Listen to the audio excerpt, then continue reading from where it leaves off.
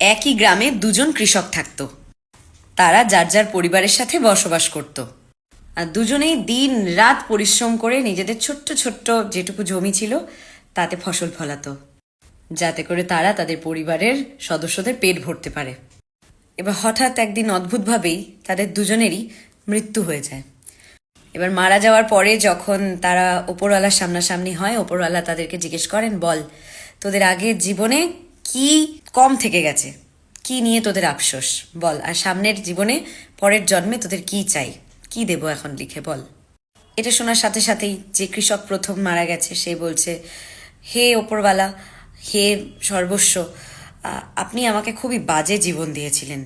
আমার একটা ছোট্ট জমি ছিল, আমি সেখানে সারা দিন রাত রোদে ঝড়ে বৃষ্টিতে খাটতাম, তারপরেও পরিবারের সদস্যদের পেট পুরোপুরি ভরাতে পারতাম না। লোকের কাছে ছোট হতে হতো, অপমানিত হতে হতো, কৃষক বলে আমাদেরকে সবাই ঠকাতো। তো আমি অনেক কষ্টের একটা জীবন পেয়েছিলাম। আর সব থেকে বড় কথা, যেটুকু টাকা উপার্জন করতাম তা দিয়ে তো আমাদের খাওয়া দাওয়া, মানে নুন আনতে পান্তা ফুরাতো। আমি অন্যদের মতো কখনো দামি জামা কাপড় পরিনি, আমাকে ছেঁড়া জামা কাপড় পরে থাকতে হতো। অন্যদের মতন জীবনে এদিক ওদিক ঘুরতে যাইনি। গরমের মধ্যে জমিতে পশুর মতো খাটতাম। আপনার দেওয়া জীবন আমার একদমই সুখের ছিল না, একদমই শান্তির ছিল না। আপনি আমাকে একদম নরকের মতো জীবন দিয়েছেন। এটা শুনে ওপরওয়ালা বলল, বেশ তো, তাহলে তোর পরের জন্মে কি চাই বল, আমি সেই ইচ্ছা নিশ্চয়ই পূরণ করব। তখন বললো ওপরওয়ালা, আমি সবার কাছে হাত পেতে এসেছি, ছোট হয়ে এসেছি, আমাকে পরের জন্মে এমন করে দিন যাতে আমি শুধু লোকের থেকে নিতে পারি, আমাকে যেন লোককে দিতে না হয়, আমাকে যেন কাউকে কিচ্ছু দিতে না হয়, সবাই যেন আমাকে দেয়, এরকম আপনি ব্যবস্থা করুন। তো এটা শুনে ওপরওয়ালা বললেন যে ঠিক আছে, বলে ওপরওয়ালা দ্বিতীয় কৃষককে সুযোগ দিলেন, তুমি বলো তোমার জীবন কেমন ছিল, কি কম থেকে গেছে জীবনে, আর তুমি পরের জন্মে কি চাও, কেমন জীবন চাও।